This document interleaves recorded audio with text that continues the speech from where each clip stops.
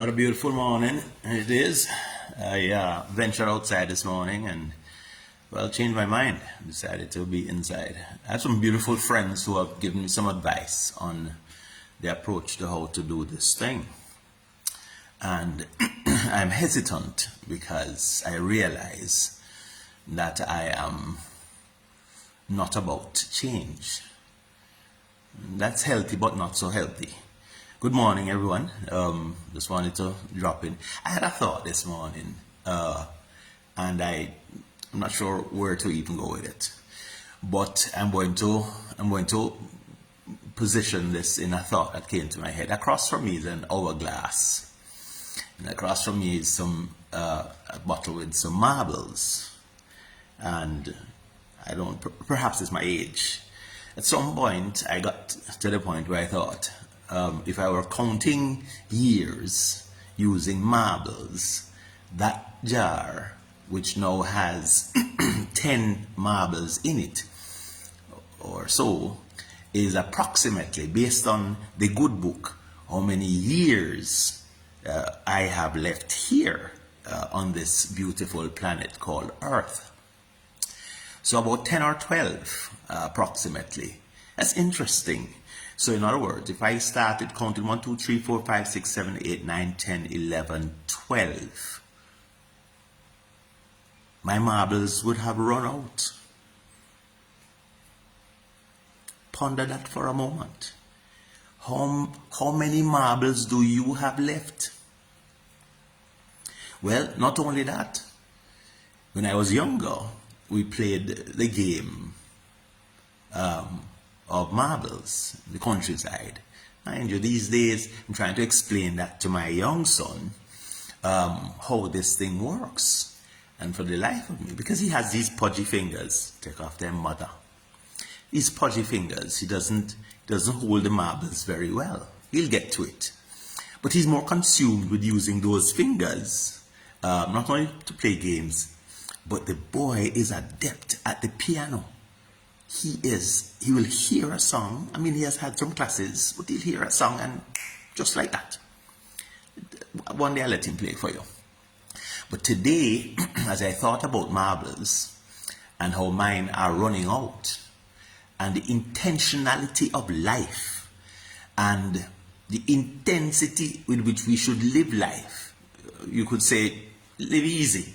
It's also being intense and intentional.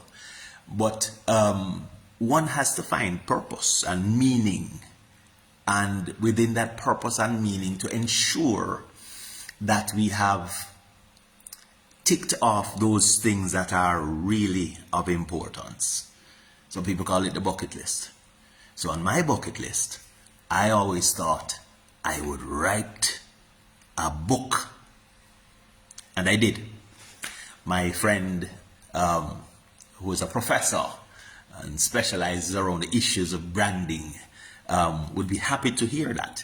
What she would not be happy to hear is that I have kept the book to myself. But I will share it.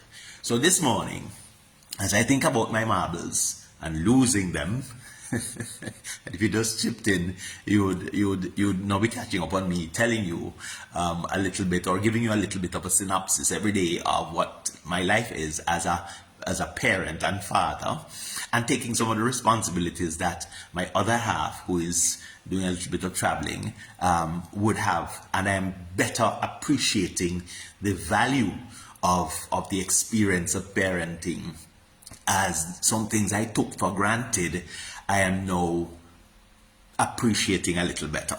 But I digress. Listen. So I want to read a little portion of my book before I come back to the marbles and the hourglass on the other side, because I won't be here long.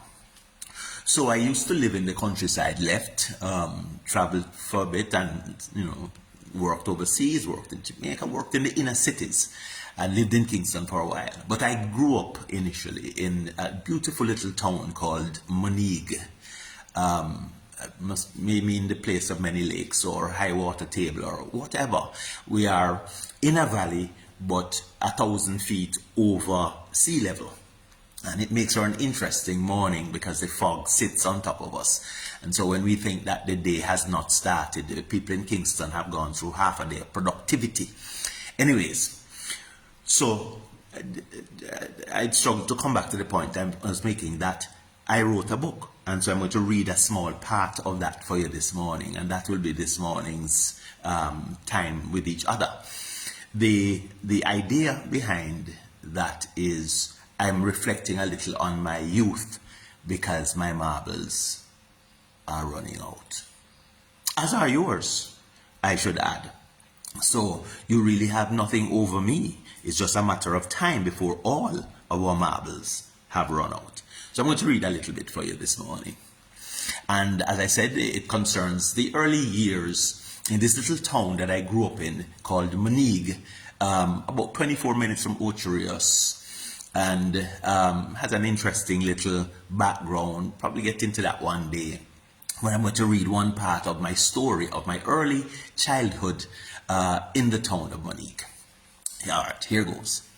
Every town, regardless, was known for not only great topography, but also great personalities.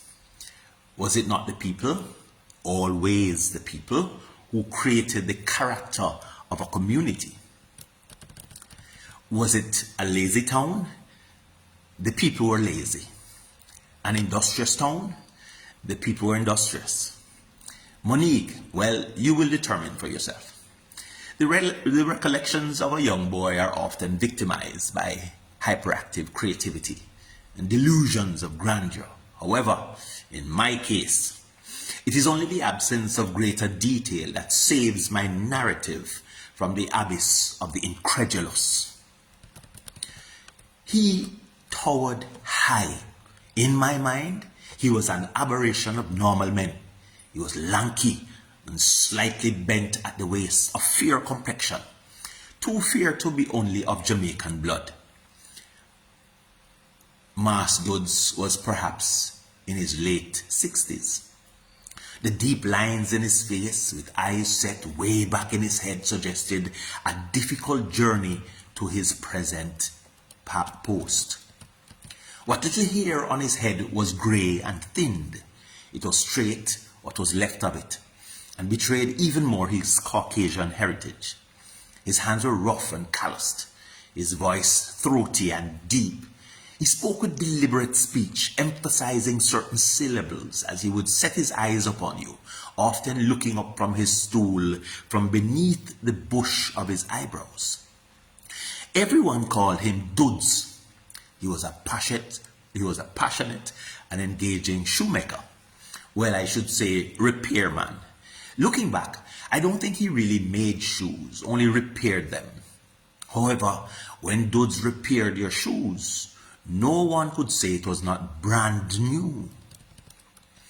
He would often be sitting outside his shop just on the rise of our one-road town, across from our listless police station and the mind-your-business post office. You often heard the pounding of half-inch tacks into the sole of worn leather as another job was brought to a close. Cost much less to carve a new heel or fit an insole than to go buy a new shoe. But like men everywhere, Dodds had a vice. He loved his whites.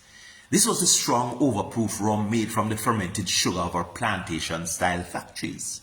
It was like the devil upon his back. All too often his voice would carry from the bar to passers-by in our one-road town. His outbursts would be unintelligible, except to other spirit-filled comrades who appeared to be holding the bar counter in place as they ordered yet another round of the devil's fire. Otherwise, you may have had the misfortune perhaps, of seeing Dodds navigate the illusion of multiple roads in our one-road town, in halting, staggering strides to make it home, before he passed out, or at least I think he did.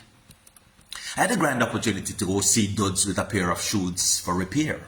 You saw him long before you got to him. I planned my introduction and presentation. I constructed the body of my argument concerning this shoe to be repaired. I had the perfect clothes, and that would be just another moment in my otherwise uninteresting life. Good morning, dudes. I come to ask you to repair my shoes, sir. It was direct, respectful, concise, and clear. How was I to know that Dudes was still getting over the effects of the last evening's rendezvous at the bar, and that the spirit was still upon, well, no, within him? His were well-trained hands apparently working on autopilot, pounding away at half-inch nails, not missing a beat. Mas Duds raised his head at an angle, his eyes lost in the shadow of the thick overhang of his brows, his mouth pursed in a grimace of disgust. He seemed to size me up in one glance. Dudes, he said, just as I stepped out of the reach of his long, lanky, calloused right hand, grabbing for me in a swipe that brushed dangerously close to the front of my chest. Mas Duds to you, you little barefoot. His words died in the wind of my escape as I was already in a flat-out sprint towards the foot of the slope to get home. The shoes would be needed, but not today. As bystanders embellished the scene in laughter, I heaved and panted to regain and control my breathing and my pride. I would go home and explain that Mas Duds was not in a working mood today and couldn't repair my shoes. Maybe not ever. I would like to stop there. Mas Duds has passed on a long time. He's gone. As a part of the experience of my journey, he left an impression. You are creating what are the lines to the story of your life that will be told as a father, as a mentor, well, as a mother, matriarch. The marbles are running out. We are of the generation that are either losing ourselves or losing our parents. And some of us have the privilege of the benefit of time in which we can embellish those relationships. And some of us don't. We now have memories, and we have to pause every now and then to reflect on them. The question then is, and after all that, what then? What then is another part of my book, of the story told of the inspector who would come to our little school and ask the question of children, or a child. He said, I understand that you are in grade 6, getting ready to move on to big school. He says, yes, sir, I am. He says, well, so, and when you get to big school, what then? He says, well, I will pass all my subjects, sir, and go on to get a job. Amazing, says the inspector. And after you've got this job, what then? He says, well, I would have worked, lots of money, build a nice house on a hill. I will find a wife. Ah, beautiful. What then? Well, I will have children. They will grow up. They will have children. Ah, beautiful. It says, and what then? Well, I'll become a grandparent. I will love on them. I will take care of them. I'll share stories as I share now. and what then? Well, I suspect I will grow old and maybe one day I'll die. Yes, I will die. Ah, very thoughtful, says the inspector at this little school in the little town called Monig. He looks at the boy and then says, so, and after you die, what then?